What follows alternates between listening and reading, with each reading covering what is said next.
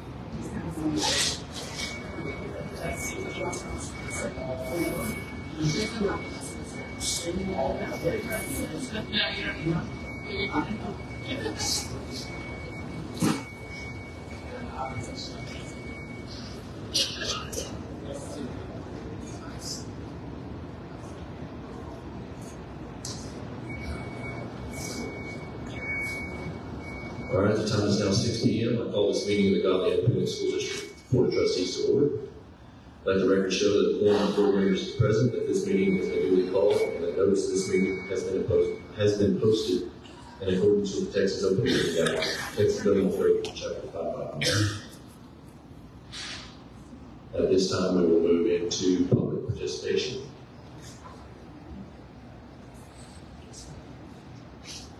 At this time, we extend the opportunity for the public participation portion of this meeting in compliance with Section 551.007 of the Texas Government Code. We have two individuals wishing to address the board tonight. Public participation provides the general public the opportunity to address the board regarding topics listed on the agenda. Persons attending the meeting and wishing to participate in the public forum must complete a silent form and submit the form to the board secretary or designee 10 minutes prior to the meeting. Each individual addressing the board will have 3 minutes to make their presentation. Personal attacks on district employees or students will not be allowed. All participants are expected to speak with respect and civility, maintain a calm, professional demeanor. Upon expiration of the 3 minutes, I will call the next person that's not able to speak. Please note, the Open Meetings Act does not require the board to respond to any comments or complaints from any member of the public regarding an agenda item. We will now begin the public forum. And first we have Holly Clements. Ms. Goodlow will keep your time, and she will notify when we have 1 minute remaining. Stand up, please.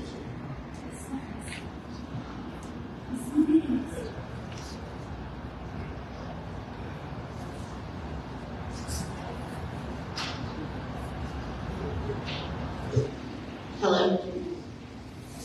Your time begins now. Hi, my name is Holly Clemens. I'm a non-resident taxpayer in Fort ISD in Texas and this great nation of the United States. And I want to talk to you about the grievances that are coming up tonight and the process that we have to go through. So my grievance was elevated straight to a level 3, which means I did not have a level 1 or level 2, where you want to present evidence.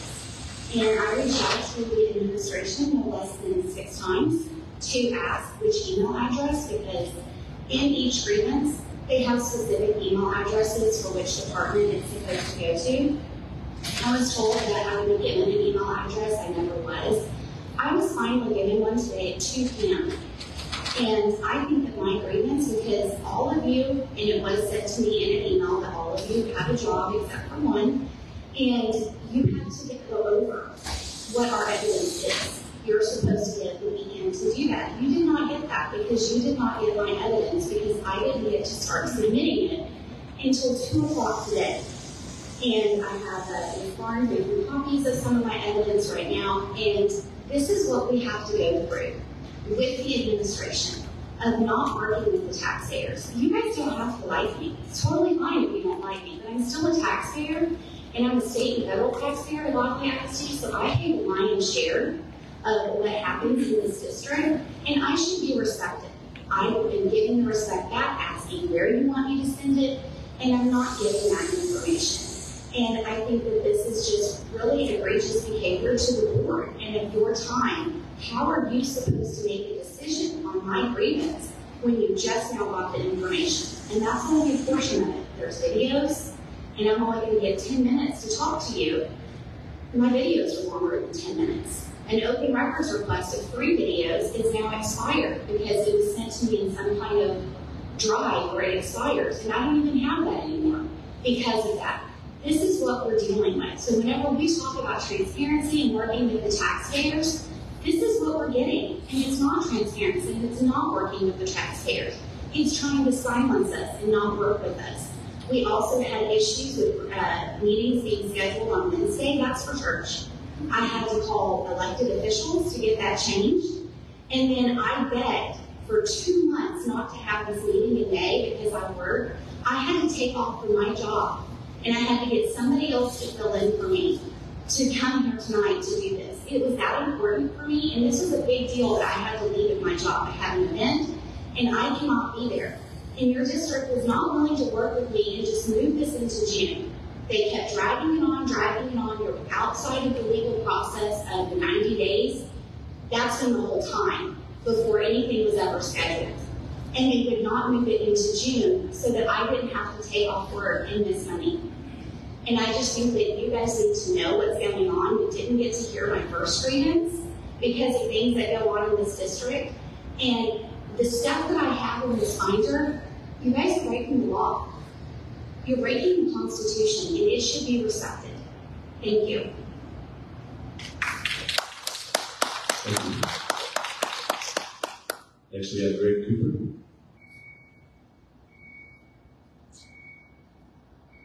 Your time will begin now. Good afternoon, board. How are you doing today? Hope you guys are all doing well, and thank you for serving. I'm here to talk on number 5, which is the grievances. And I specifically want to bring up one of the items that's in the grievances you're going to hear today, and it's specifically BED local policy. BED local policy with Godley ISD is significantly different than the overwhelming majority of ISDs in the state of Texas. I've emailed at least one trustee and spoken to another trustee about how outside of the norm you guys use BED local policy to silence citizens in open meetings by only allowing them to speak on agenda items. Most ISDs, most of Region 11 ISDs, most of city councils, and just about every elected official body that is subject to Texas Open Meeting Act respects the taxpayers and citizens enough to allow them to come in and at least speak on non-agenda items so they can bring their concerns or their praises to the elected officials. You guys don't. Think about how many times you guys have had to send out letters threatening to trespass people, how many times you had to consult your lawyer, how many times you had to do so many different things that without BED local policy that you have, and it would be in alliance with the overwhelming majority of elected bodies, you would be able to avoid a whole bunch of these issues and costs to taxpayers. You just lost 2 bonds in a row because the taxpayers are stretched already, and you're unnecessarily utilizing taxpayer money. You have a wall of honor down here you walk by every day when you walk in here. Do you think there's one individual on there that would support you guys restricting free speech? If I was on that wall, I would ask you to remove me from it. Those were sacrifices those individuals made so people could come to elected bodies like this and speak in an open meeting on a non-agenda item. Read BED legal policy and see how it conflicts with your BED local. And then get outside of your echo chamber here and go look at numerous school districts, numerous city councils. Ms. Goodlow, you used this exact policy in the city council and so just specifically said that you don't like transparency. You think it's a horrible word. You think people should lack trust. There's not one founding father that would support that. Please consider one of the 7 of you having the courage to call up a motion today to put on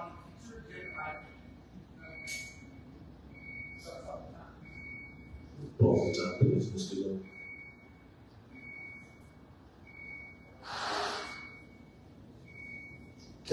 Apologize for that. I hope one of the seven. Just 1 second, I want to, how much time do you have? I need a minute warning, so I encourage one of the seven of you today to call a motion. Hopefully one of you will second it, to put on a future agenda item, discussion and possible action on amending your BED local policy. That would be the courageous thing to do and in line with the majority of ISDs. Thank you.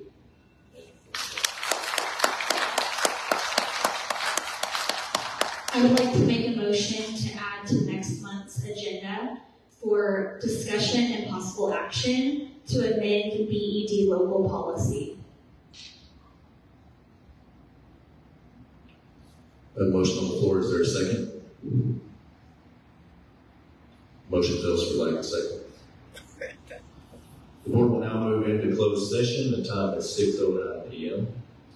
Board's going into closed session pursuant to Texas Government Code Section 551.071 to consult with district's attorney in person or by phone on a matter in which the duty of the attorney to the district under the Texas disciplinary rules of professional conduct of the State Bar of Texas clearly conflicts with Chapter 551 of the Texas Government Code, including to receive legal advice regarding the grievance process. Also pursuant to Texas Government Code Section 551.074 to hear a complaint or charge against an officer, employee, or to deliberate the employment evaluation, reassignment, duties, discipline, or dismissal of a public officer or employee, including to conduct a level 3 grievance hearing regarding a complaint against a district personnel.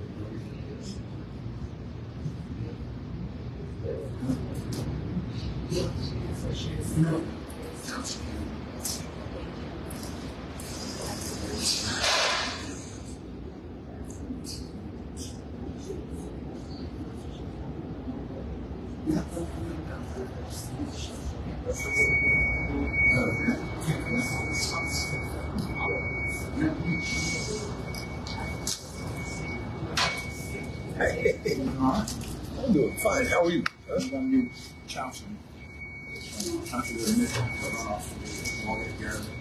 Yeah. Sounds like a good plan. Sounds like a good plan. But sit down for a second. All right, so check registers. No, I don't care about looking at it. I want them online. I want them online. So, here's the thing. I put out a couple of posts on checkers.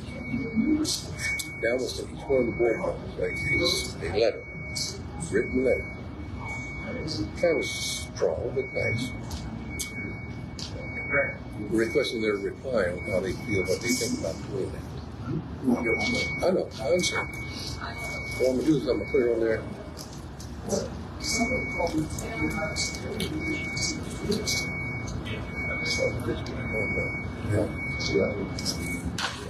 to try. Once we get back, when they get back, at the end of 30 days, so we know. At the end of 30 days, so we know. Like, well, you got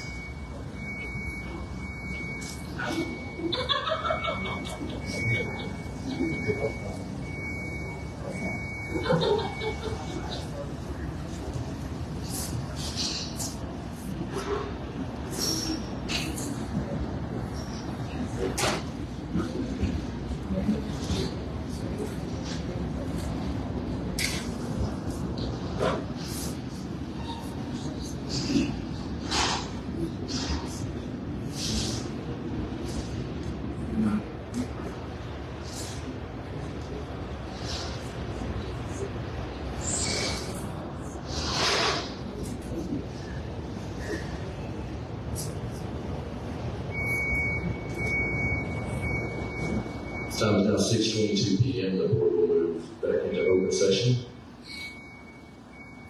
At this time, members of the board will move to agenda item 5B, which is to hear and consider a level 3 grievance filed by Dennis Lau.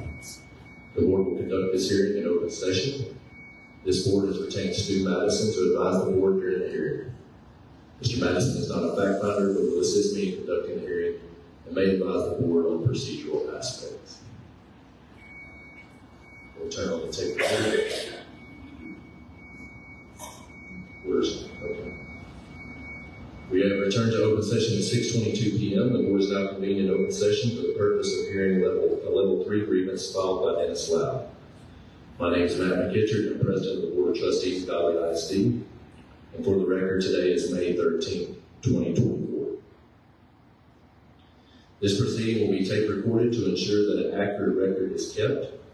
For the purposes of the record, each person involved in the matter is asked to state their name, reason for attendance, and relationship to the grievance, if applicable. We will start with the board members. My name is Matt McKittrick, president of the ISD Board of Trustees. Terry Goodwin, Secretary to the Board of Trustees. Marissa Abbott, board member. Craig Stevenson, Vice President. Krista Minor, board member. Kayla Lane, board member.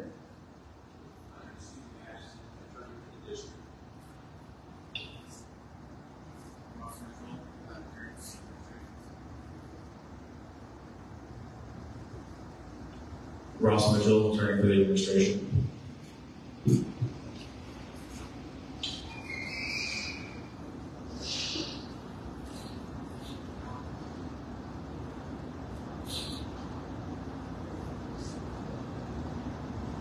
Holly Clemens, and I am representative. I'm Dennis Loud.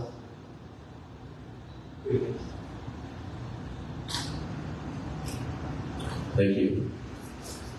At this time, I would like to instruct all participants to please avoid talking when another person is speaking so that your recording will accurately reflect the proceedings.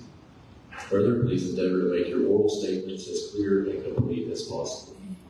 Remember that the audio recording will not reflect gestures or any other form of nonverbal communication. This hearing will be conducted as an administrative presentation in accordance with applicable policies and laws. It will be based on the record made from the previous hearings. No new evidence shall be presented. This is not a formal legal proceeding and no strict rules of evidence or procedures will apply. This hearing is an appeal to the board regarding a prior decision. Each party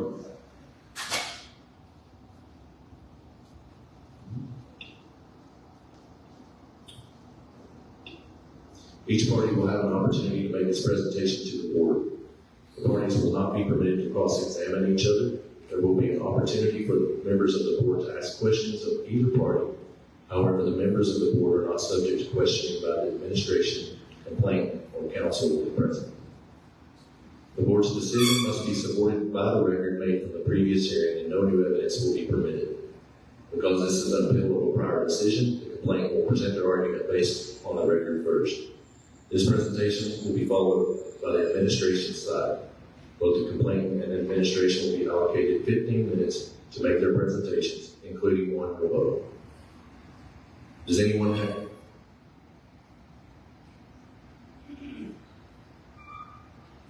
have any questions as to how this hearing will be conducted? Will you be giving me a minute marker for like a warning? Can you give me like 10 minutes so that I can save the rest for rebuttal? Yeah, give me 10 minutes and then save 5 minutes for rebuttal. Thank you. Are there any other questions?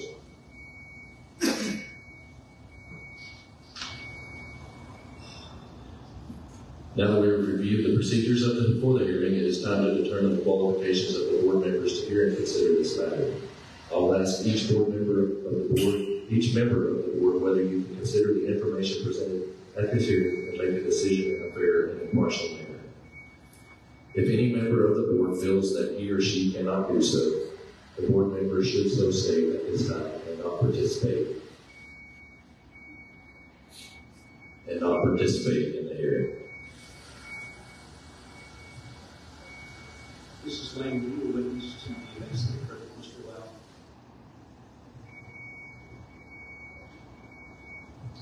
I was there in the meeting, but I wasn't a part of what he's being, what's in his grievance. I can be unbiased. Yes. you need to consult with me before making any decision? No, sir. Thank you.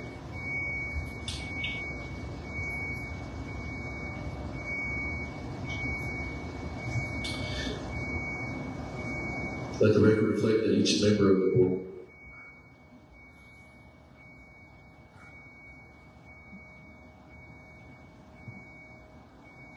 Let the record reflect that each member of the board present has indicated that he or she can consider the information presented at this hearing and make a decision in a fair and impartial manner. Mr. Lau, will you be making your presentation? Who will be making the presentation on your behalf? Okay. Ms. Blemish will have 15 minutes to make the presentation to the board. Stu Madison, our attorney for the Board of Trustees, will keep the time and indicate to you when you have approximately 2 minutes left in your allotted time. 10 and 5. Okay, 10 and 5 minutes left in your allotted time. Ms. Clemens, you may proceed with your presentation at this time.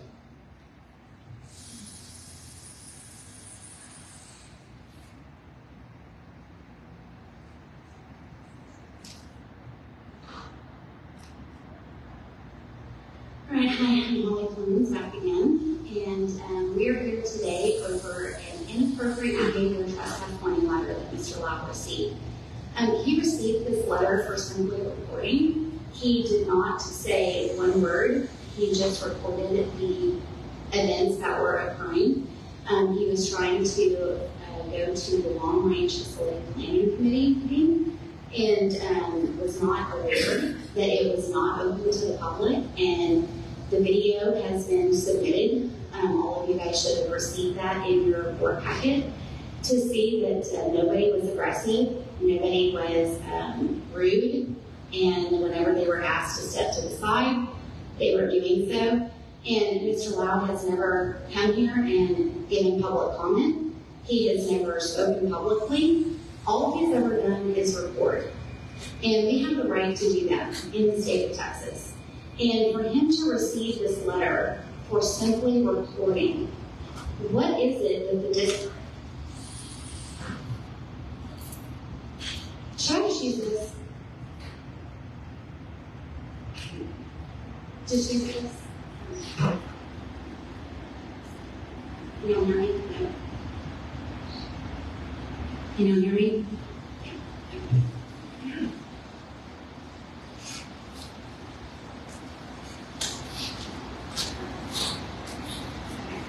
Yes? Okay.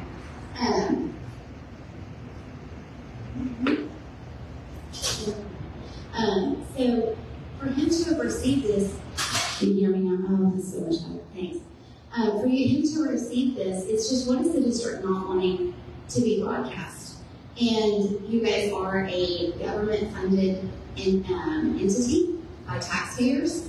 And so you should want transparency. You should want to be showing the taxpayers everything that you're doing in that long-range meeting. Why are you trying to keep things, or why is the district trying to keep things from the public? You've had bonds fail, people do not trust you. I don't see that changing anytime soon. We just had another bond fail. And so in this letter, it says that the person poses a substantial risk of harm to any person. Dennis was never asked to leave. And you cannot lawfully pick and choose which filming to allow. And so there's filming that goes on at your sports events where children are going to be in the video. In the video that Mr. Lau filmed, there was no children that were present. There was one child with a backpack, and their back was to the camera. That was the only thing that was there. There were things that were in this letter about them trying to open up doors. They didn't know where to go. It's not a crime to try to open up a door and move on to the next one. And then receiving this letter, you're supposed to follow policy in giving these letters. And you're supposed to give a warning. And there has to be a record of the verbal warnings. Well, I did an open records request in June of last year. There are 0 record of any verbal warnings ever in Godley. I have also followed that up again, and there's still 0, no responsive records. And I did receive a stack in June of all of the trespass letters and trespass warning letters that Godley ISD has given to people, given to taxpayers. And then whenever I did that, open the exact same oath the workers requesting it, I changed nothing in the wording. Some of those are now missing. So the ones that were the warnings were missing. And they did not come back in the second one because the administration is trying to change the wording to say that these are not trespass warning letters so that they can go around the fact that they did not do the verbal warning. And this has already been heard by TEA Commissioner Mike Morath, and I provided that in here. It was a Samuel Hall against McKinney. And Mr. Morath already ruled that you have to keep this record, and that evidence was provided to you, and I hope that you received it. It was pretty thick. It was the entire case, but I'm glad you got it. And it's already been determined you have to do this. You have to follow the laws. And that wasn't followed with Mr. Lau. Also, on the long-range planning facility, here I gave some evidence at TPF3 about committees, subcommittees, and governmental bodies and advisory bodies. Those meetings should be open. And what is being discussed in there that you don't want the public to hear? There's no reason for it not to be. Everything should be open, besides a very, very small amount of things that go on in executive session. If you want a bond to pass, you're going to have to tell the public what's going on. And I would really like for you guys to look at GF3 and GF4 and read this and reconsider making those meetings open to the public. It's not going to hurt anything to let the public in. You're asking them for their money. There are people in Godley, I've driven around Godley, and there are people in Godley that are really hurting financially. That's great if all of you guys aren't, but there are some people that are. And they want to know how you're going to spend their money. Are you going to be responsible with it? So I see absolutely no reason not to open up those meetings and just be transparent. Tell them what you're going to do. Let them be a part of the process. Let them come to you when they hear things in the meetings that they don't like so that you know and can get that feedback. But if you hide behind a closed meeting and you don't let the public in and you don't let it be streamed and you send people like Mr. Lau a trespass warning letter for simply reporting, this isn't helping your case. And then we've got GF5, which is GF local. And this is freedom from retaliation. I'm sure that all of you can see that there is some retaliation going on here. Mr. Lau comes, the company that he keeps is always the ones that seem to be getting the trespass warning letters. And we come and we have things to say that we're bringing up to your attention. Mrs. Clements, you have 10 minutes. Okay, thank you. And tell me when I have number 5, yes, thank you. And they want to come to you and they want to talk to you. But you can't, because as Mr. Cooper said earlier, it can only be on the agenda. Also included in here is all of the districts that are in Region 11 and how many of them allow public comment at least once a month on anything. Don't you want to hear from the people that are forced to fund this school district? Don't you want to hear from the parents that use your facilities for their children? To hear what are they experiencing? But whenever they do, we get retaliated against. And I believe that this district is completely retaliating against Mr. Lau for simply reporting. And he's protected. He's not supposed to be retaliated against. GF6, which is DH local, this is the violations of standards of conduct, including intentionally making a false claim or offering a false statement. In that letter, where it was talking about everything that they were saying that Mr. Lau was doing, that he was going to be a threat, I hope you all watched that video. He is a very docile man. You guys have seen him multiple times at meetings. He's not a threat to anybody. He simply reports. And there's false statements in there that were made by the person that wrote the letter. I'm thinking it was Ryan Hunt. Yes, Ryan Hunt. And then we have GF7. This is the ORR I was talking about from 6:30. And you can see that I've highlighted no responsive records for local warnings. So why are there so many trespass letters and trespass warnings when you skip this step of the verbal warning? It's in the law, and this is exactly what McKinney ISD, Sam Hall versus McKinney ISD and Mike Morath is about. And then you've got GKA legal. where it specifically talks about if you get one of these letters, the appeal process has to be explained. You can see the letter he received. It was not explained. And it also states that you guys get to hear us 90 days after the level 1 complaint. That did not happen. And it was not on our part for canceling one meeting that was on church night. The district was way outside of that 90 days on their own. And that wasn't because of anything that we were doing. We had multiple emails showing that we were constantly trying to get something on the books. And I specifically asked for something in April and not May. We have GKA legal. And this goes over the disruptive activity and what it means. Mr. Lau committed none of this. There's no reason for him to have been given a trespass warning. Move over to GF9 GKA local. This is the one that talks about the 90 calendar days. I'm not before you 90 days. This was filed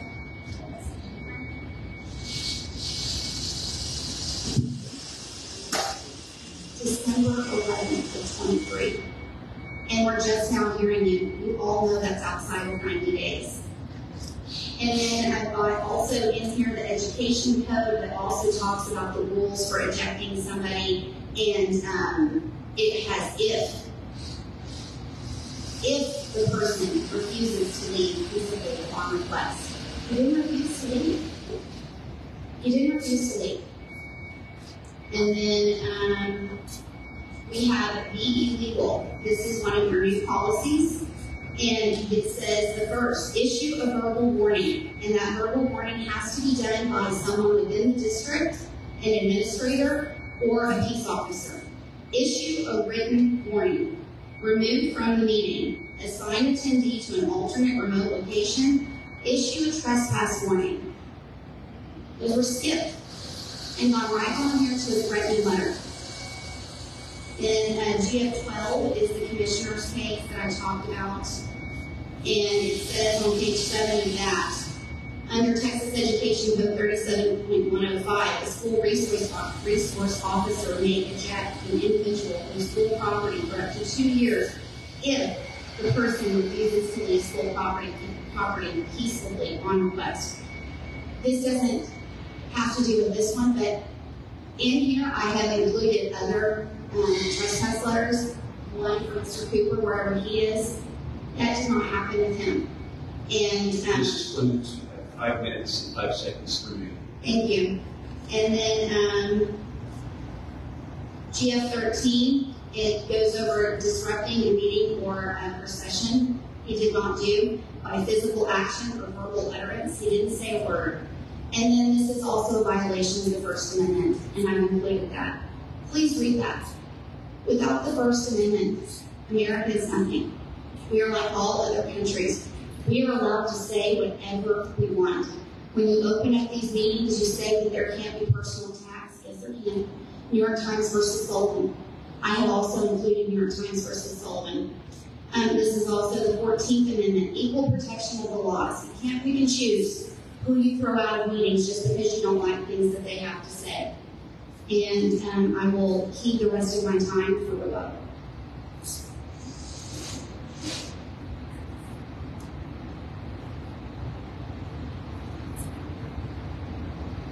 Thank you, Ms. Clemens. You have 4 minutes, 12 seconds remaining for rebuttal. Members of the board, I'm going to ask that we hold all questions, if any, until the conclusion of the presentation by both sides. Ross Mitchell will be making the presentation on behalf of the administration. Mr. Mitchell, you have 15 minutes to make the presentation on behalf of the administration. Mr. Madison, our attorney for the board of trustees, will keep the time and will indicate to you in the same fashion when you have 10 minutes and 5 minutes remaining. Mr. Mitchell, you may proceed with your presentation at this time. All right, thank you. Let's see if this works. So, to begin with, I think it's important to note, or just level set here, that Mr. Lau was never ejected from campus seats. Sure. I'll try this one if I need it, then please not. Thank you. Mr. Lau was never ejected from campus. He was never prone to trespass, never taken out of the meeting in handcuffs, anything to that nature. He simply received a letter. That letter was not a trespass warning, and he has not been trespassed. To speak to the case that Ms. Clemens cited, that case does say that before you criminally trespass someone, you do have to give them a verbal warning. But that's not what happened here.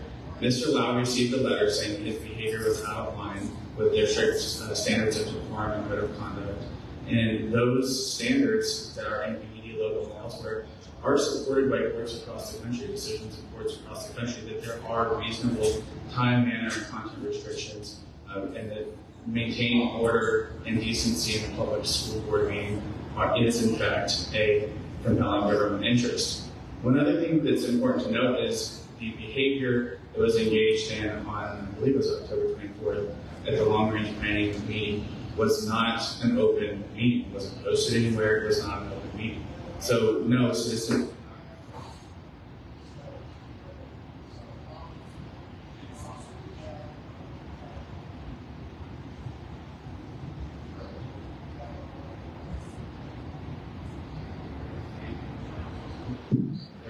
Okay.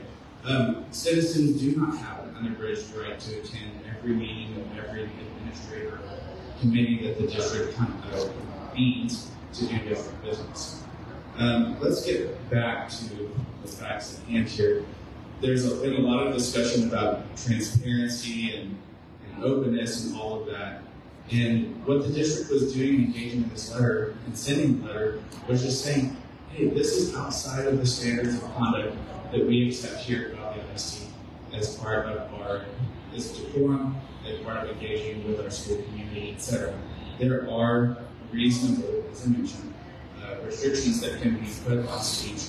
I believe there's a case out there from the Ninth Circuit that says that school board meetings aren't the same sort of forum that characterizes a public park where anything goes. So there are reasonable restrictions. The administration followed all policies and procedures and laws, for that matter, with respect to this grievance.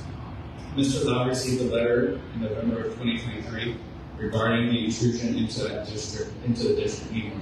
I'm not going to go into the allegations. There you can see it in Exhibit 3 in your board book.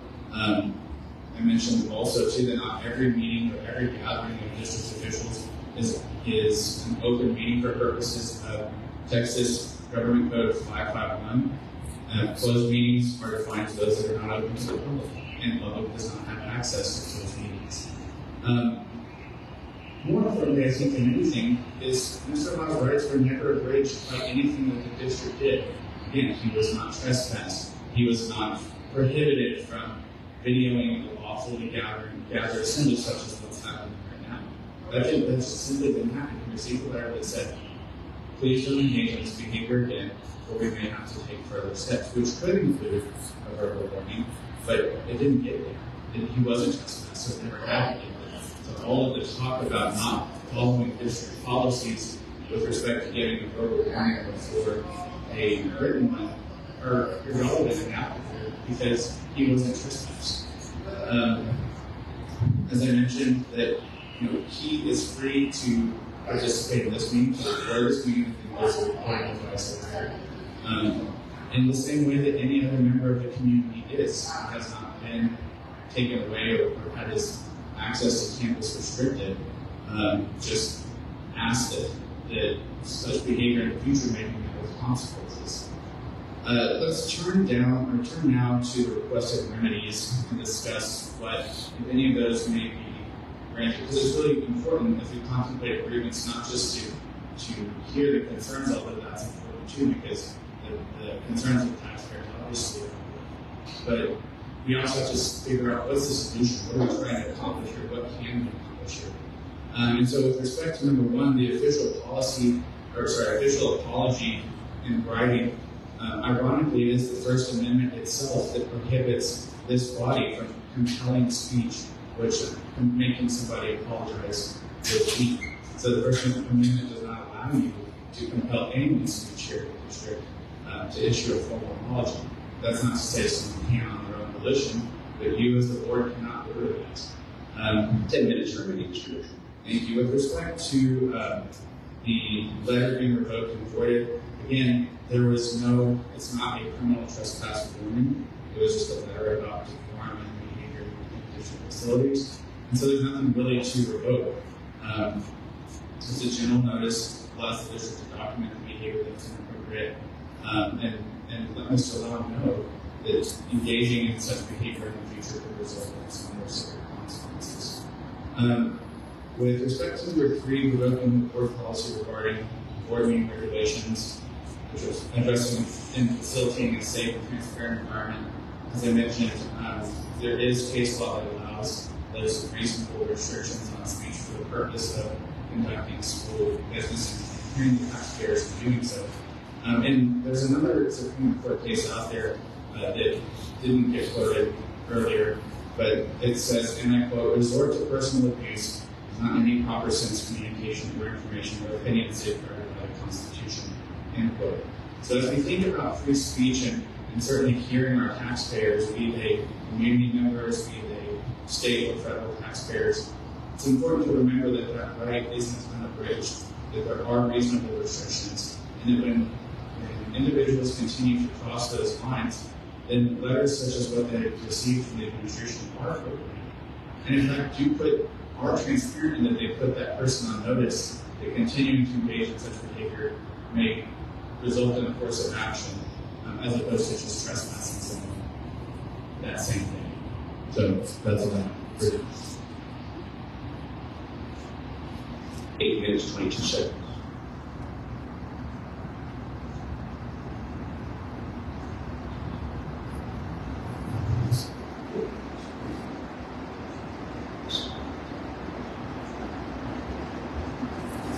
Ms. Clemens, you have 4 minutes, 12 seconds if you wish for rebuttal.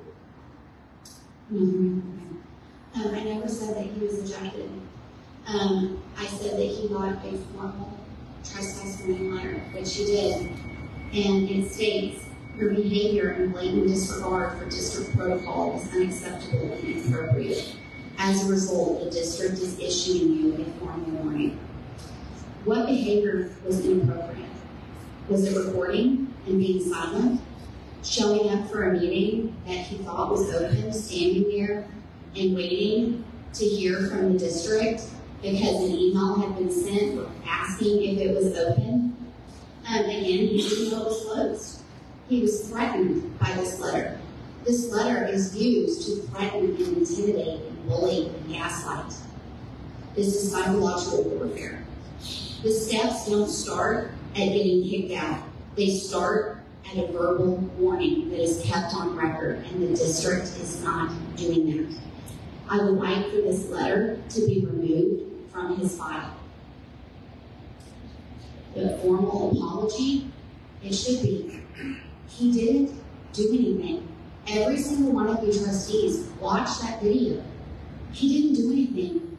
He backed up whenever people got close. He left when he was supposed to. What is the inappropriate behavior?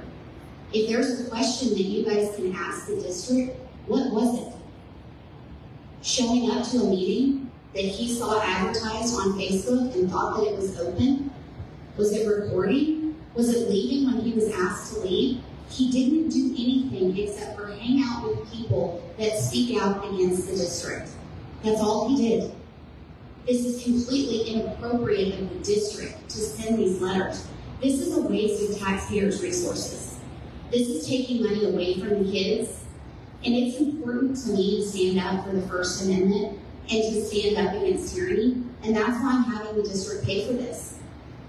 That's the only reason why. The money needs to be going to the kids, to the teachers, to your facilities, not to this. These letters need to stop. Thank you.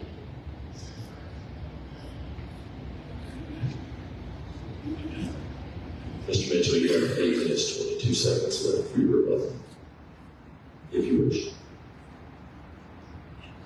All right, can you hear me? All right, so let's just read directly from page 6, I think it's Exhibit 2, the 4th paragraph. And so in this notice to Mr. Lau, it states, you are aware that on October 4th, 2023, Godley ISD Superintendent Dr. Briskier clearly articulated to Nova Olson that the advisory committee meeting was open to advisory committee members only, and was not open to the general public. Your presence on October 25th, 2023 was specifically a video of a meeting disruption because Nova Olson and Godley continuously turned to speak into your video. At one point, Nova Olson stated we're trying to establish on video the fact that they are refusing to stay over to a meeting. So to say that he didn't know that this was not an open meeting and that he just stumbled upon it to be part of the process is incorrect if you believe the contents of this letter. There were other folks in that shared with administration that this was a disturbance, a positive disturbance. So it wasn't just people walking by aimlessly videoing, it was a disturbance. Again, stakeholders don't have unfettered access to district decision making. They're able to comment on public session, and districts are encouraged and often do the majority of their significant business in public. But the members of the public don't have access to finance committee meetings or other strategic planning discussions generally. And so to say that, well, one, we know that there was notice, Minister Lau, that he knew this was not open to the public. But even if he didn't, the behavior caused a disruption. And so, in all of this, we ask that you deny the grievance in its entirety for the reasons stated earlier. I think it's just, I want to leave you with this. It's not a trespass letter.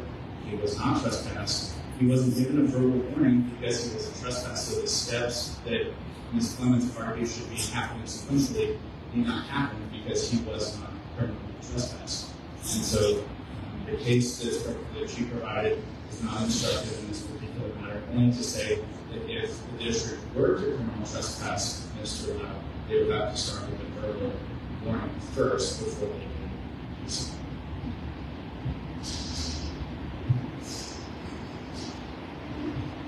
Thank you. Members of the board, are there any questions that we need to address? Yes. Mr. Mitchell states that this is not a trespass warning letter. However, I believe that that's word games, as the letter does say this is a formal warning. It also says the verbal warning was skipped due to premeditated and unexcusable behavior. He did not record students, as was stated, nor did he disrupt the meeting, and he left the meeting when asked. You stated that he was not ejected, but he was asked to leave. In my opinion, that is an ejection. I would like to make a motion to approve this grievance in the entirety, to revoke the letter, to issue a formal apology, and to also revoke the policy amendment and the restriction on free speech.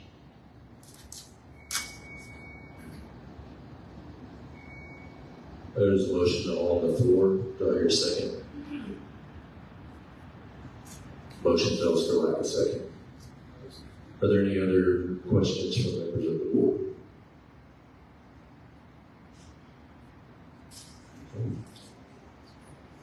At this time, are there any board members that feel the need to move into executive session to consult with the attorney? Okay. The board is, we can turn off the tape recorder if you would. The board is remaining in open session to consider and take action on level 3 grievance of Dennis Lau. The time is now 6:57 p.m. In accordance with Chapter 551 of the Texas Government Code, any action regarding this matter must be taken in open. Must be taken in open session. Do I have a motion on the level 3 grievance?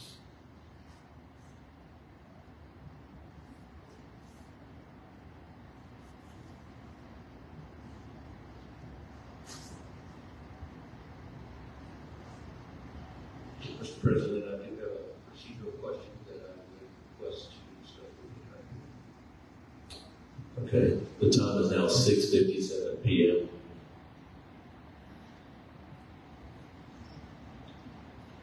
And the board will now move into executive session to receive consultation with the council.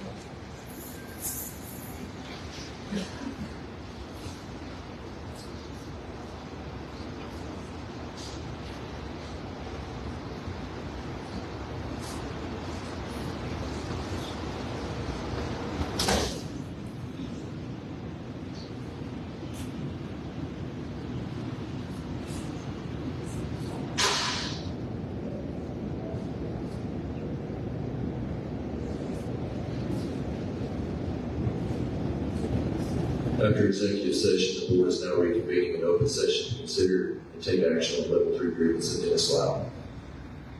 Time now 7:02 p.m.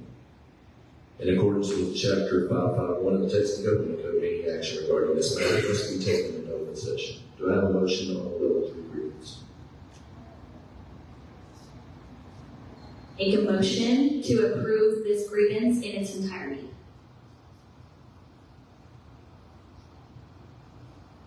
I have a motion on the floor. Do I hear a second? Motion fails for lack of second.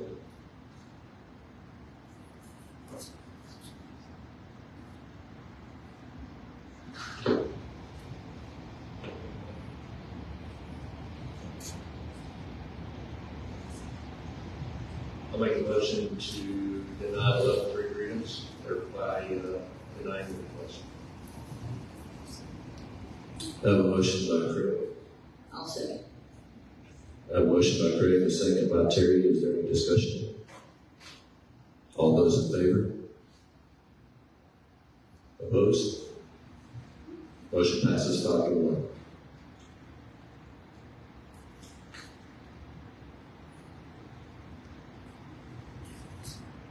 The board has voted to deny the grievance, and you will receive.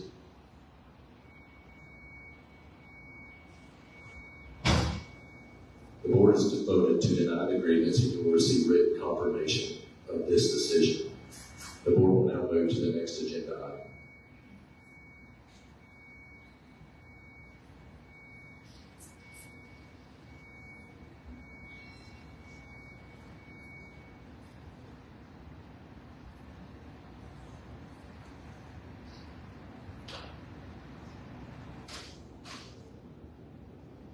At this time, members of the board will move to agenda item 5D, which is to hear and consider level 3 grievance filed by no votes. The board will conduct this hearing in open session. This board has retained Stu Madison to advise the board during the hearing. Mr. Madison is not a fact finder, but will assist.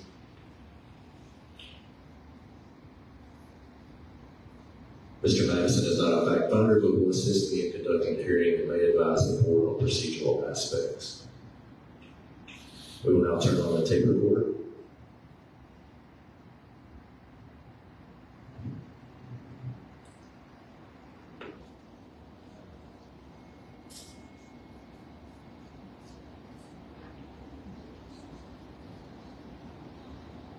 The board will now take a 10-minute recess to work on our microphones.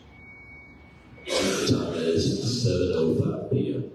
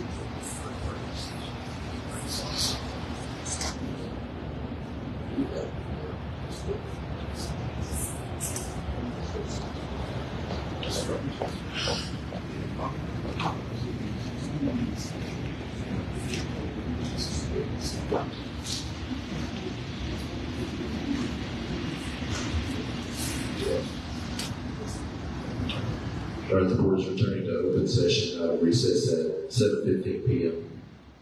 The board is now convened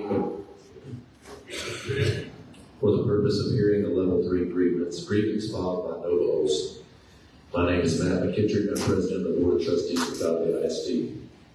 For the record, today is May 13th, 2024.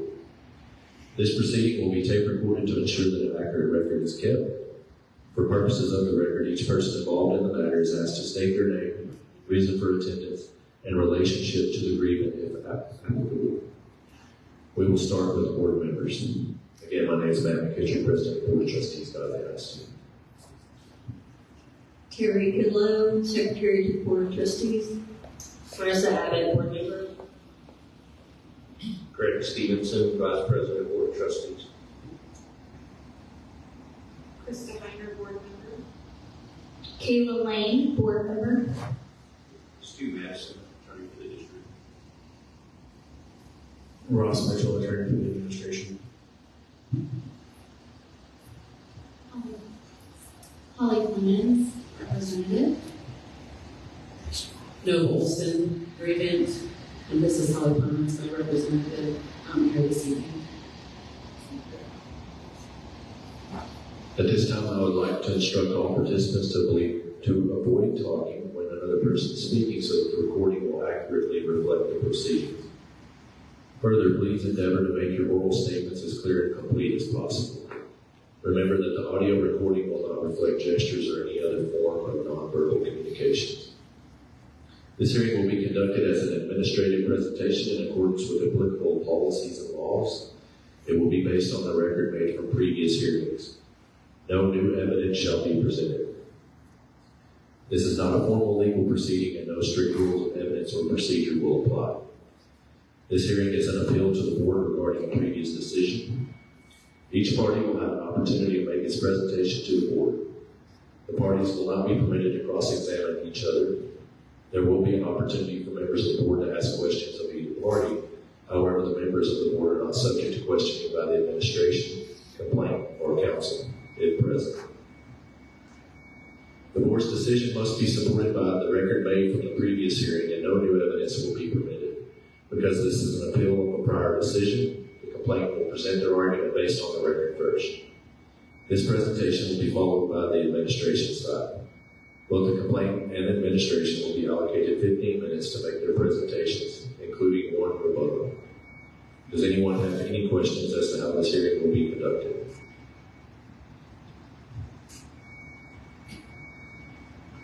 Now that we have reviewed the procedures for the hearing, it's time to determine the qualifications of the board to hear and consider this matter. I will ask each member of the board whether you can consider the information presented at this hearing and make a decision in a fair and impartial manner. If any member of the board feels that he or she cannot do so, the board member should so state at this time and not participate in the hearing.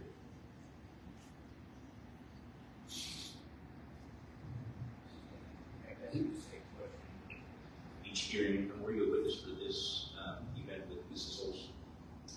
I was only a bystander at the October 25th meeting, but I was not a participant in any of the things mentioned in the letter, and I can be fair and impartial. Do you need any consultation from? No, sir. Thank you. Let the record reflect that each member of the board present has indicated that he or she can consider the information presented at this hearing and make a decision in a fair and impartial manner. Ms. Olson, will you be making the presentation? Who will be making the presentation on your behalf? Okay, you have 15 minutes to make your presentation to the board. Stu Madison, our attorney for the Board of Trustees, will keep the time. Assuming you want to do this with 5 and 10 as well. Okay, we will do that. Ms. Clemens, you may now proceed with your presentation at this time. Okay, so this is another trespass warning letter for inappropriate behavior. And again, no warnings were given. Everybody was just here for the last one, and I completely disagree. After reading through all of the laws and consulting an attorney on my own, the warnings do have to be given. And it says right here that on April 24th, 2023, June 24th, 2023, that Ms. Olson signed up to speak. And she started talking about Title IX legislation. And she was told that she couldn't speak about it. Do you want to know how to solve this problem? Make your board vote public so that people know what's exactly on it. There was another person that came to that meeting and was speaking about Title IX. She did not receive one of these letters. Only Ms. Olson did for speaking about Title IX. And she also was stopped multiple times during her public comments, and her name is Dr. Chris Kittle, to stop speaking about Title IX. How is the public supposed to know what you are discussing in your handbook when you don't make the handbook available? And then, let's see. She asked on August 28th, why don't you have more information on your agenda items? What's wrong with asking that question? Why is that included in here? And to say that she aggressively verbalized her disapproval. So what? We are allowed to not be happy with decisions that our government makes. That is what makes our country amazing, is because we are allowed to do that. And to put that in the letter, it's just petty. And then, let's see, on October 25th, 2023, you again attempted to attend the Godley ISD Long Range Facilities Planning Advisory Committee held at Godley Middle School at 6 p.m. And this man says you attempted to enter multiple locked doors, or that's such a crime. And there was communication with Trustee Lane and Dr. Deere, where she requested, considering the Long Range is a rubber stamp committee, and according to TOMA, Texas Open Meetings Act, rubber stamp committee meetings have to be opened. And she didn't get a response back. So that is why they showed up. And just because Nova's told something doesn't mean that Mr. Lau has told something. Just because Mr. Lau has told something doesn't mean that Nova has told something. They're friends, but it's not like they're constantly sharing every bit of information back and forth with one another. And so she showed up to the meeting because the email was not returned by Dr. Deere of can they be there or not. I'm going to, again, refer you back to the video where she was very polite, said please, thank you, stepped backwards when she needed to, said she would wait whenever Ms. Barnes said that it was above her pay grade. There was nothing that was aggressive in that, except for that she showed up wanting to be an active participant in her government in these committee meetings and to see what's going on, see what you guys are trying to do with all of the millions of dollars that you were requesting in the bond. And then she gets this letter. I really, really think that every single one of you need to reconsider going back and watching this video and saying, we don't like things that she says. We may not like how she says them, but she has a right to do so. And she was not aggressive. She was not crazy. She didn't do anything. When she was asked to leave, she left. And then she gets this threatening letter. And we have, not only did your intentional disturbance of the advisory committee meeting, was an intentional disturbance, directly impact the student assembly. No, it didn't. Watch the video. Your video of the meeting that you posted on social media captured the image and faces of minor students in the background. I'd like to see proof of that. Go watch the video. There's no proof of that. That's an absolute and utter lie.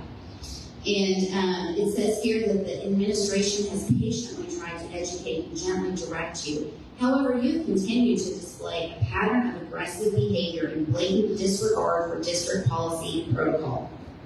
When? Because she doesn't like some things that you're doing? Get your big girl panties on. There's nothing wrong with saying that I'm not happy with what my government is doing, and then to send a letter like this threatening her and attempting to gaslight and manipulate. 10 minutes. She did not do anything that she wasn't supposed to be doing in trying to participate with her government. And then I'm going to go to GF3, BED local, same thing.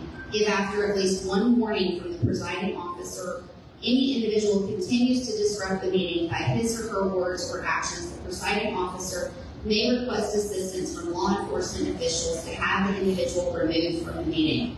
They were asked to leave. They were ejected from the meeting. Education Code, Title II, Chapter 37, 37.105. This goes over all of the policies that are supposed to happen before these trespass warning letters. And again, the 630 open records request for trespass warning letters, and I actually didn't even say warning, it just says trespass letters. These were included. So it is either a trespass warning letter or it's not. The open records request from 630 clearly states that these are trespass warning letters. And then the next one that I did later, they're gone because they're trying to change the words. And then we've got GKA local. This is about the ejection in the 90 calendar days. GKA legal. This goes through if the person persists in that behavior. Any one of these letters is appropriate. The disruptive activity in GKA legal. Ms. Olson committed none of these examples to deserve one of these letters. And then we have my open records request from 630 and GF7. We have a board policy that was recently determined.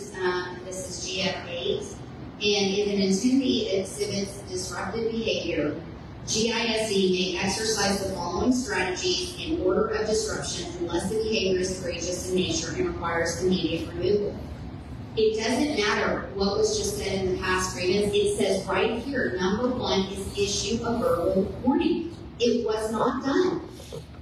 If you're going to put out a brand new policy, and all of you that are sitting on this board voted for this brand new policy, it is not being adhered to.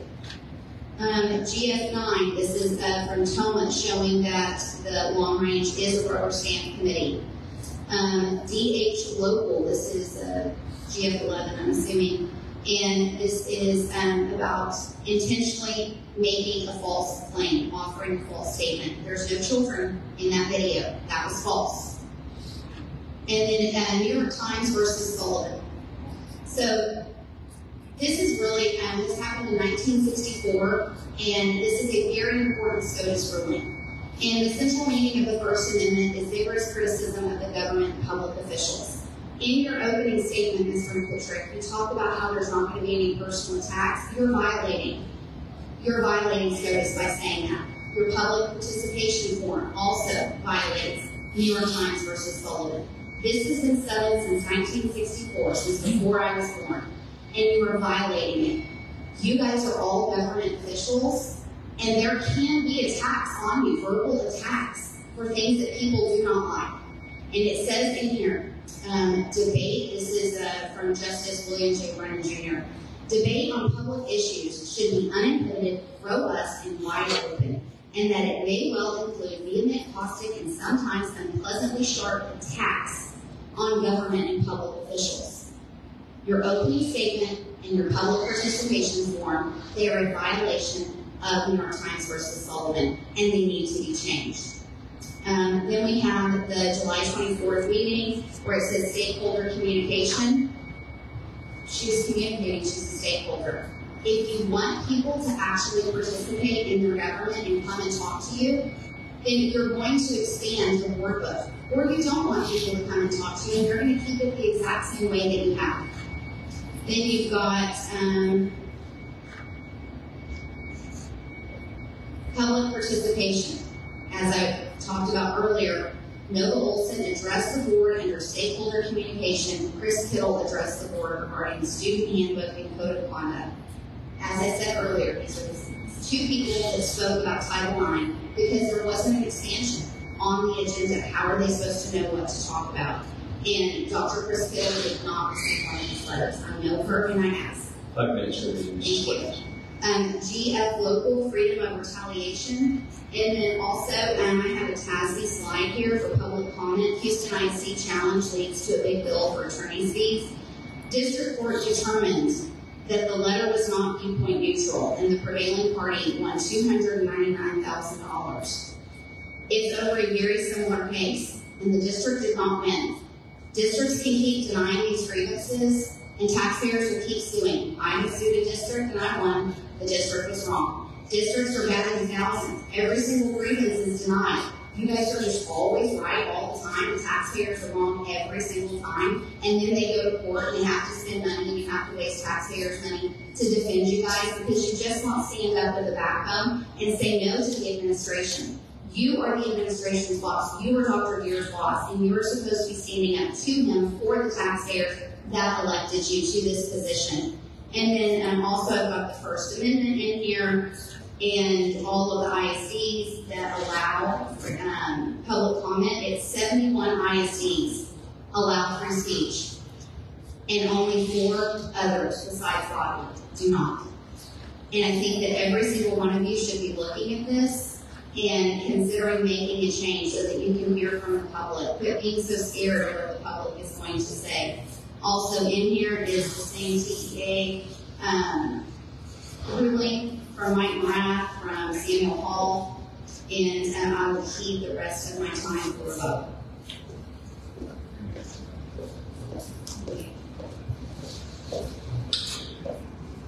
Thank you, Mrs. Clemens. Members of the board, I'm going to ask that you hold the questions of any until the conclusion of the presentation by both sides. Ross Mitchell will be making the presentation on behalf of the administration. Mr. Mitchell, you have 15 minutes to make a presentation on behalf of the administration. Mr. Madison, our attorney for the Board of Trustees, will keep the time and indicate to you when you have 10 minutes remaining and 5 minutes remaining as well. Mr. Mitchell, you may proceed with your presentation at this time. All right, thank you. I'm going to start with 2 overarching themes here. Number 1, as you heard last time, nobody was criminally trespassed. Because no one was criminally trespassed, all the conditions precedent didn't need to be followed because nobody was trespassed. So a letter was issued, again, addressing Ms. Olson's more egregious behaviors, of which there were many, just informing her that that behavior was not allowed on campus and in district facilities. As you might imagine, there's been some intervening laws since 1964, so I just want to give you an updated case from the Fifth Circuit, which is binding precedent here in the jurisdiction of Texas. It reads, and I quote, plainly, public bodies may confine their meetings to specified subject matter and may hold non-public sessions to transact business. And the board meeting here fits that hornbook definition of a limited, not designated public forum in which the state is not required to and does not allow persons to engage in every type of speech. So as I mentioned earlier, and I'm just getting on the record in this grievance, districts, the Open Meetings Act doesn't require that free speech is unfettered. In fact, there's another case that says The council's interest in conducting orderly, efficient, and dignified meetings and in preventing the disruption of those meetings is a significant government interest. In schools, this interest is designed to prohibit the sort of uninhibited, unstructured speech that characterizes the public park. So, to say that anyone can come in here and say anything they want is true, you can say that. But there may be consequences, and in Ms. Olson's case, for her repeated violations of district policies regarding the forum, and with respect to specifically her showing up to the long-range planning meeting, despite knowing that it wasn't an open meeting, would indicate that she acted outside of the scope or the norms that would be a participant just seeking to be involved in the process. I would also argue, and I think the administration would echo this, that testing and trying to get through multiple locked doors may indicate that this was not an open meeting. In addition to the actual knowledge she had, the physical spaces themselves were limited in their access and entry. This was not today. Anybody could walk through that front door.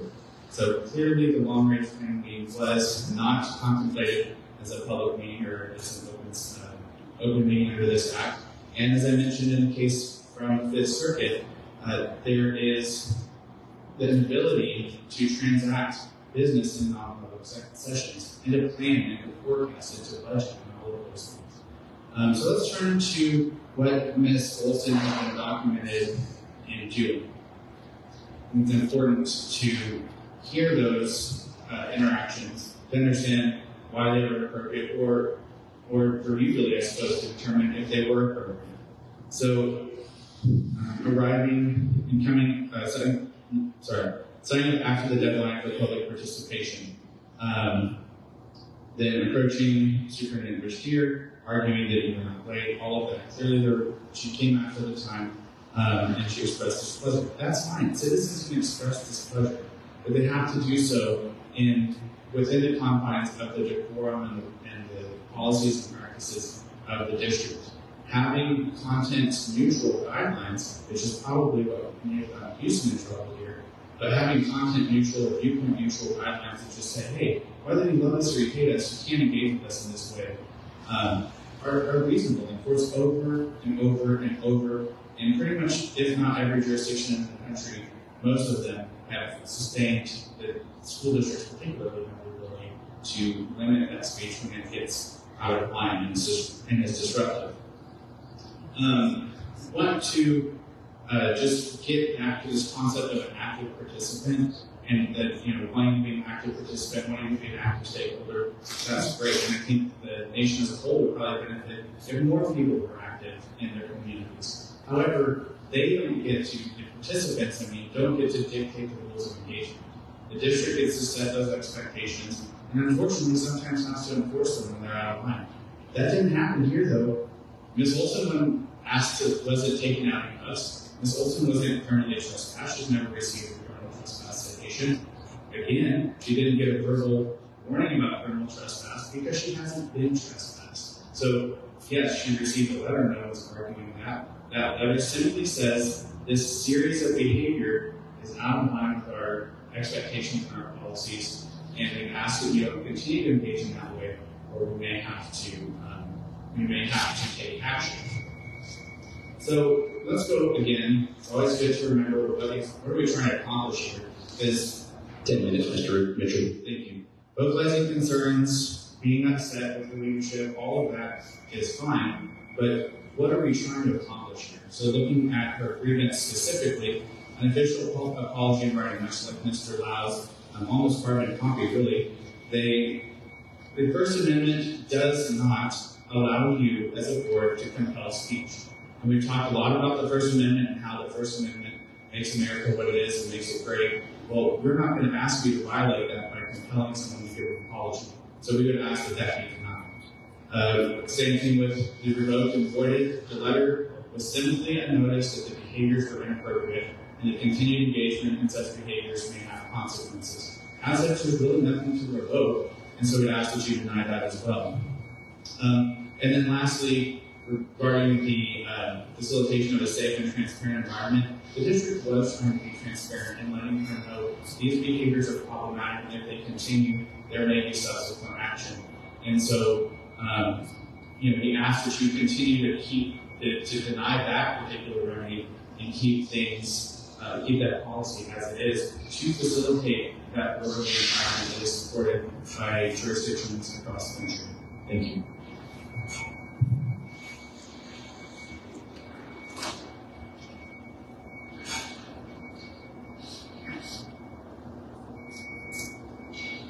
Thank you, Mr. Mitchell. Ms. Lemons, you have 3 minutes, 19 seconds remaining for rebuttal if you wish.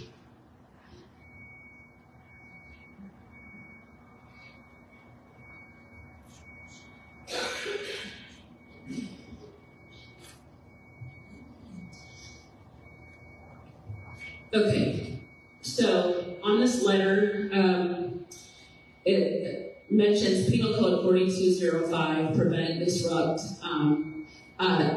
My presence at that long-range facility planning meeting did not prevent nor did it disrupt the meeting. The meeting was able to continue without any disruption. That is factually incorrect, that there was any disruption or prevention of that meeting. Per First Amendment and the apology is requested, not compelled, so nobody's making anyone do anything. It's being requested.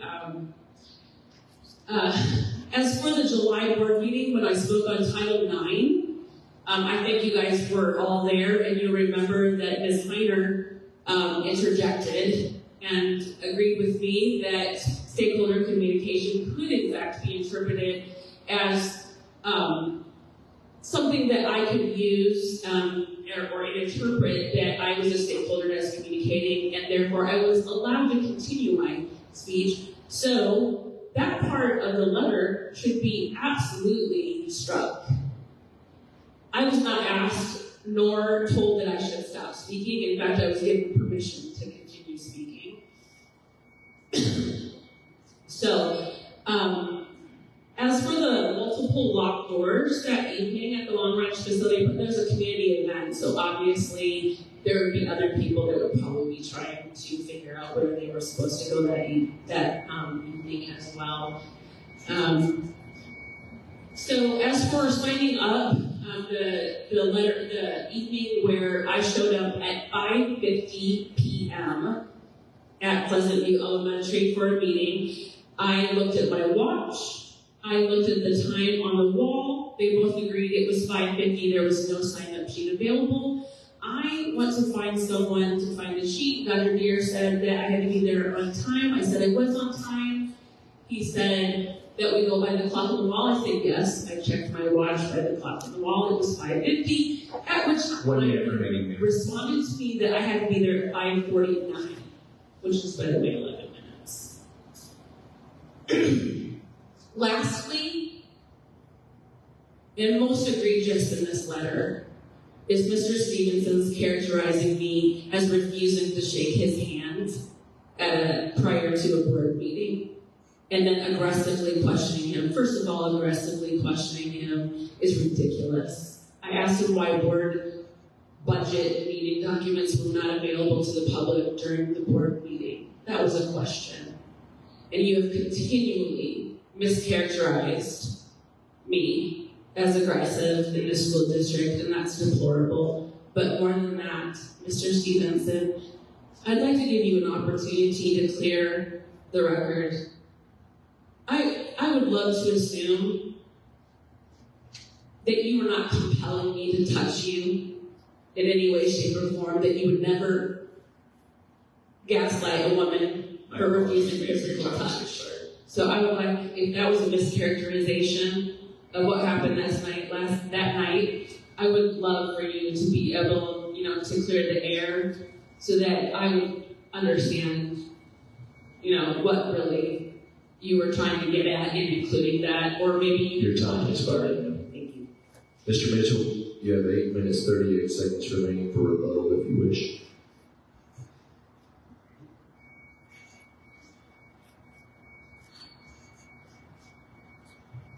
Right. Just to go back a little bit, Ms. Olson you just heard from Ms. Olson that nothing that she did was disruptive, that her attendance at the Long Range Myers Payne meeting was not disruptive. However, administration did receive reports that it was disruptive, particularly the October 24th incident. And so to say that that was not disruptive is incorrect. Again, districts have the ability to conduct non-public or some business in a non-public setting. So having a meeting behind locked doors should be evident to most folks that this was one of those settings, particularly to someone who received a warning or not a warning, sorry, a notice or discussion that that meeting was closed and not open to the public. I could spend the remainder of the 8 minutes that I have going through this. I just want to leave you again with that case, a recent case within this century from the Fifth Circuit that says, plainly, public bodies may confine their meetings to specified subject matter and may hold non-public sessions to transact business. The board meeting here fits that definition, not a designated public forum, but the state is not required to and does not allow persons to engage in every type of speech. So as you think about these grievances and you think about the requested remedies, it's evident that you can't compel speech, that's the first one. It's evident that there's nothing really to be provoked. It's not like this is a personnel issue where there's an employee file where they get some rebuttal or something of that nature. It's simply a letter that went out to the stakeholder, just informing her, we want you to continue to be involved in our process. We just ask that you follow the rules. I don't understand what's so complicated about that. And then lastly, just denying the third remedy as well. It's not a trespass warning. No one was trespassed. No one was called out here to us. It was a letter notifying Ms. Wilson of inappropriate behavior, as that you denied the grievance in its entirety. Thank you. Members of the board, are there any questions that we need to address?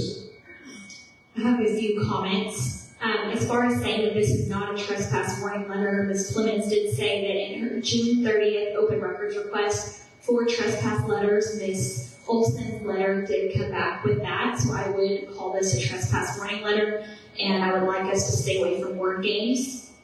And also, it does say in the letter that it is a formal warning. Also, I would like to reiterate that long-range planning facility meetings where bonds are being discussed should be open to the public. And if you want the public to trust you with their tax dollars and to vote to approve bonds, you must be more transparent and allow the public to attend those meetings. As far as having to maintain decorum, as Mr. Mitchell stated, Texas House Bill 2840 says that the body may not prohibit public criticism of the governmental body. Public criticism does not have to be nice, calm words. It's public criticism, and we should allow that per the First Amendment. As far as her opening multiple doors, she was not sure which door, the main door to enter that school. Meetings are not typically held at the middle school, and so it was not clear which door was the main entry. I'd also like to add that the entry where Ms. Olson was standing was very far away from the meeting space, and there's absolutely zero way, she never raised her voice, there's zero way that they could hear in the meeting what was going on at those doors. And when she was at, she did leave as requested. I would like to make a motion to approve this grievance in its entirety. We have a motion on the floor. Do I hear a second? Motion fails for lack of a second. Are there any other questions we need to address?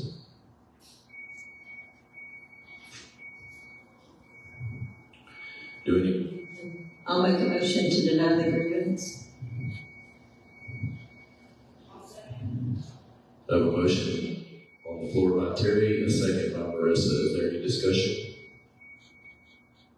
All those in favor? Opposed? Motion passes 5-1.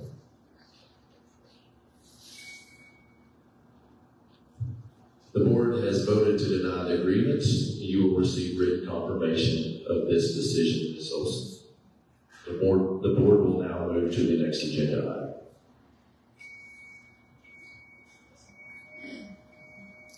The next agenda item is item 5A, where we will consider and take action regarding a level 3 grievance to be heard in closed session. The board will go into a 15-minute recess to review new evidence provided by Mrs. Clemens. The time is now 7:48 p.m. Board will reconvene at 8:03 p.m. out of recess.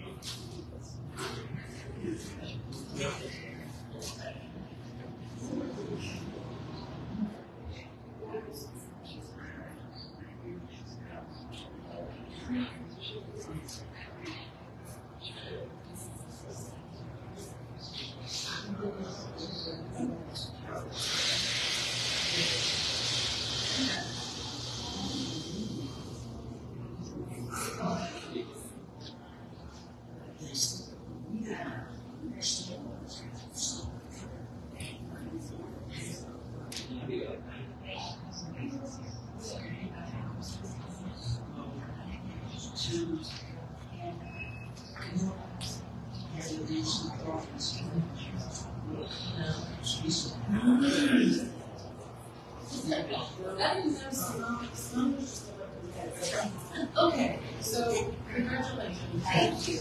And you heard everything I had to say was yes. Yes,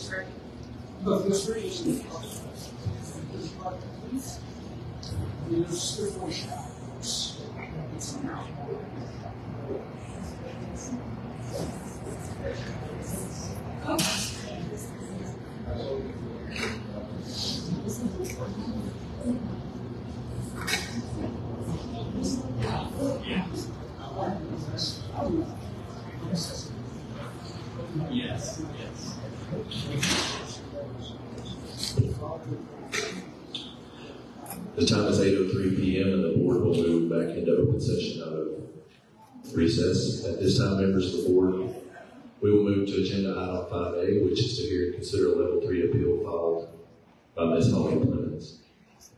In accordance with sections 551.071 and 551.074 of the Texas Government Code, which is commonly known as the Texas Open Meetings Act, the board is conducting this meeting in closed session. Therefore, we will now adjourn into closed session. The time is 8:04 p.m.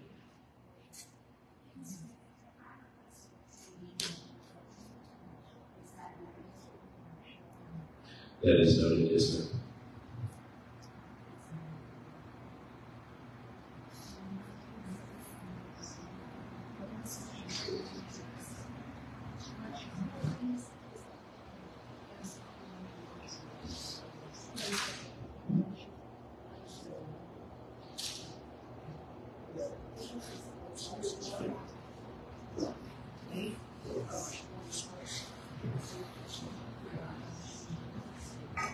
Are you going on first? No. Are you coming? I can't. Okay, right now. Stop right now.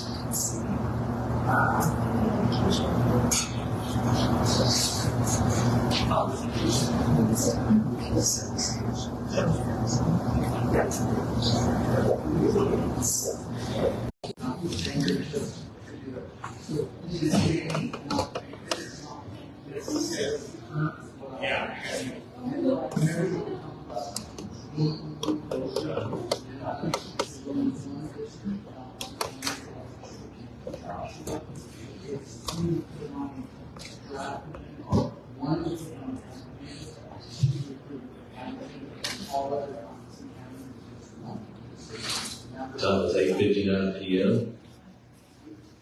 Board will reconvene in open session. The board's heard a level 3 appeal filed by Ms. Holly Clemens conducted in closed session pursuant to sections 551.074 of the Texas Government Code. The board then adjourned into executive session pursuant to sections 551.071 and 551.074 of the Texas Government Code. In accordance with Chapter 551 of the Texas Government Code, any action regarding this matter must be taken in open session. Do I have a motion on the level 3 appeal? I would like to make a motion, and I would like to state why I am making my motion. I would like to see the district allow the First Amendment for public comment, like many other districts do, and allow the citizens to speak on anything that they wish to. It's their First Amendment right to petition their government, and we should not prohibit words because they are allowed legally to say whatever words they want to say. I would like to see the district stop this repetitive abuse of these trespass warning letters. And my motion is to approve the grievance request number 1, 2, 3, 4, 5, 6, 8, and 9.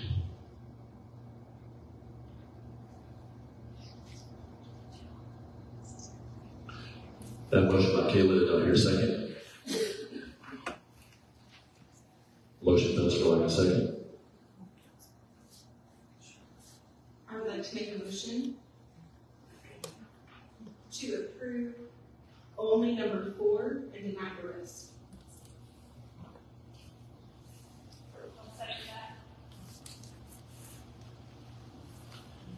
That motion by Krista, second by Marissa. Is there any discussion? Can we state number 4 for the record? Is that allowed? Okay. Krista, would you mind to state number 4? I'm stating that number 4, the grievance called to provide a countdown clock on the presentation screen or with a standalone timer clock at all board meetings so that trustees can be engaged in listening to public comment versus managing the time clock and interrupting speakers during their allotted speaking time. Thank you. Okay, we have a motion by Krista, second by Marissa. Is there any further question? All those in favor? Opposed? Motion passes 5-1. And I would just like to clarify, I do think that the time clock is a brilliant idea. My reason for voting no is I believe there's other remedies that we should have allowed.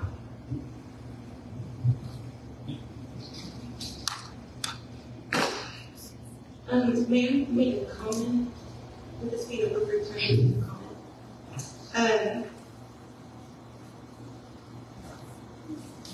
I believe with all of my heart that there is, in all 3 of the grievances that we've heard here tonight, a lot of misinterpretations of words, a lot of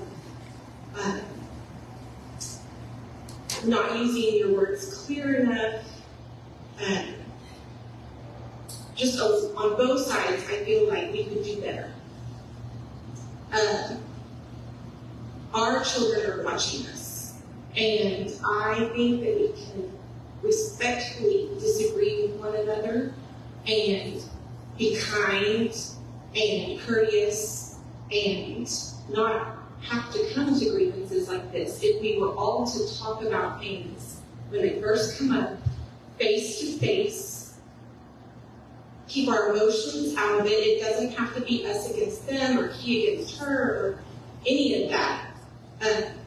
I disagree with my friends and my family, but I do it with love and kindness and respect. And sometimes we don't come to an agreement, and that's okay.